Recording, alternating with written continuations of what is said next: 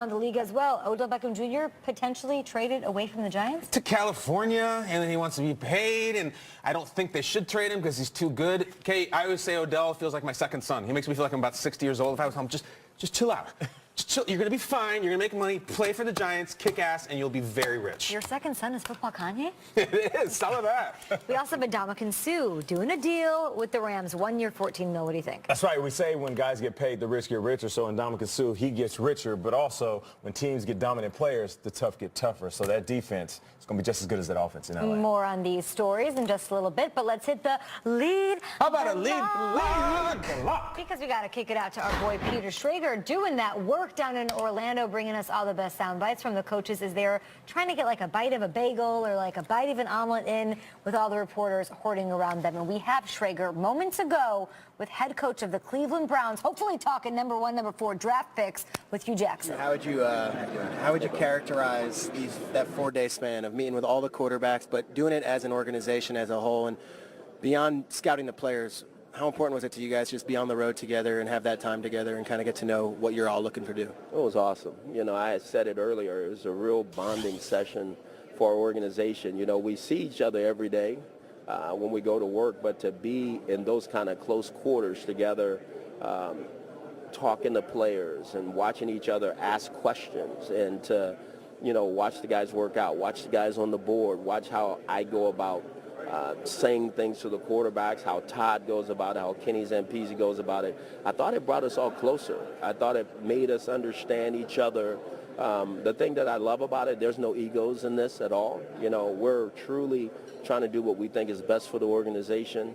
And again, the most important thing is just having the resources to do that. You know, having the opportunity to see these guys back to back to back to back. I really thank Jimmy Haslam and Dee Haslam for allowing us to do that, because you don't get to do that a lot of different places. Not a lot of direct flights from Norman to Laramie. But No, there's not. Matter of fact, you have to take 2 flights. So to be able to have the opportunity to do that, I think we as a coaching staff and personnel group, we really appreciated that. Jordan Palmer's working with both Josh Allen and Sam Darnold. You obviously know the Palmer family very well.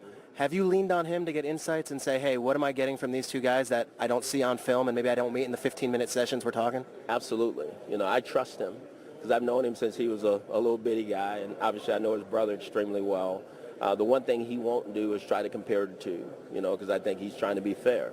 But the little bitty things that maybe you don't get to know, he knows, and so I trust him when he tells me things, and he's been a good resource for us. Going through this whole process, you get to meet with these different personalities. Is there a personality that you think embodies the Cleveland Browns that you're looking for in a quarterback, or is it the other way around, and hey, we'll work around whatever we draft or whatever we have starting there on day one? No, there's something that we want. You know, there's no question, and I think all 4 of those guys have it. You know, now maybe in different ways, and you said it, you know, it's not so much working around, but you got to, you know, really bring that out of them. But I think all 4 of these guys have the qualities that we're looking for. We just got to find the right fit for us. Last question for me here. You've got Jarvis Landry now, obviously, and Josh Gordon, we're hoping, is going to be involved in the offense. This thing comes out yesterday of Landry sending notes to Odell Beckham saying that, I know it sounds crazy and it's Twitter world or whatever, but the thought of it is at least intriguing, and they were college teammates.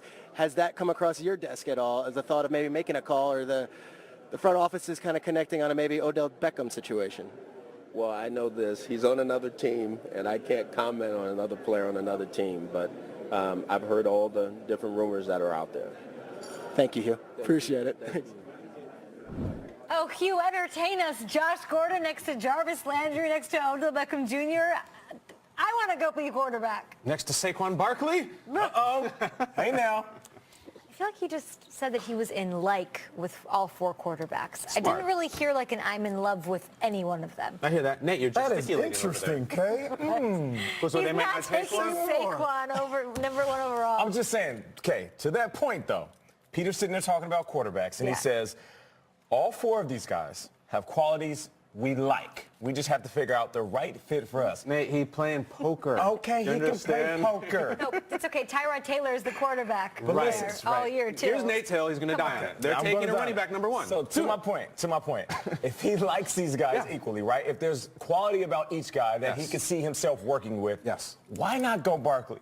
and understand that at 4, you're going to get one of these guys. Hey, Does that make sense? Everybody's whistling Dixie at this breakfast. They're just get it. BSing. They have the #1 pick in 4. They can't But say, keep well, watching us here on Good Morning Football yeah, to listen, bring you those. if you got the 1 pick, you sit there and smoke screens us. We love them all. We Okay. sort of like, you don't say, you know what, I'll just be honest with you, I'll say it right now. Darnold's the guy. We're taking Darnold #1. Never. Of course they like all of them. They don't really. They know their guy. Okay, but do you Okay, have what? do you have any idea Hey, what it would be fold. like? Fold. I'm not folding. Put your cards down. I'm going all in. Listen, they get Barkley, Yeah, I got you. and then 3 picks later, they get one of these quarterbacks. If he's in love equally with all 4 of them, it doesn't matter which one he gets. Exactly. That's the quarterback, and Don't then think you that's get the way it Barkley, goes. if ever. Okay, if you're a junior in high school, Oh, boy. and there's 4 seniors, and they're like, "Hey, we'd love to go to prom with you," and they're all just all right. Yeah. You're not gonna jump right out the gate and pick one of them. First of all, You're there's gonna- Yeah, I'm if. going to pick the best one. That's what I'm saying. That's Barkley. All right, cool. No, that's not. That analogy made no sense. No, she needs to go with a guy. But here's the thing. There's it 4 could- guys. It could happen. They could take Saquon #1 overall. It's possible. I don't think Giants could it's possible. It's not. It's 0% chance. I don't think There we that go. the Browns are taking a running back #1 overall. I truly, maybe 4. Truly, if they don't want to take a quarterback 1, then you don't pick one. You trade out of one because someone will give you a bounty to get up there. You know who might take a running back #1 overall? Who? Matt Patricia, because the Lions have not had a 100-yard rusher in a single game Segue. since Reggie Bush.